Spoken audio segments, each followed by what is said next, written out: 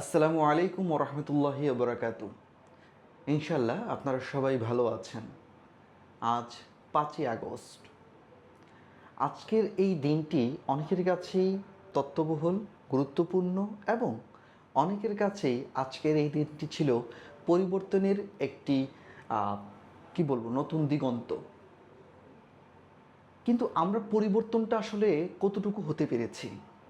আমরা কি আসলেই পরিবর্তন হতে পেরেছি, নাকি এখনও আমরা সেই গদবাঁধা যে নিয়মতান্ত্রিক জীবন বা গদবাঁধা যে নিয়মতান্ত্রিকভাবে যে আমরা পরিচালনা করতেছি আমাদের দেশ, আমাদের সমাজ, ঠিক সেভাবেই আমরা আছি? কিছু কিছু জায়গায় হয়তো বা আমরা পরিবর্তন লক্ষণ করছি। আসলে এই পরিবর্তনটা কতটুকু স্থায়িত্ব? তাই একটা দিন বা একটা বিশেষ মুহূর্তকে আমরা ওইভাবে মূল্যায়ন না করে প্রত্যেকটা দিনকে যদি পরিবর্তন স্বরূপ, পরিবর্তন করার জন্য আমরা উদযাপন করি, তাহলে হয়তোবা আমরা নিজেকে, আমাদের দেশকে, আমাদের পরিবেশটাকে আমরা পরিবর্তন করতে পারবো। সবাই ভালো থাকবেন, সুস্থ থাকবেন। আল্লাহ হাফেজ।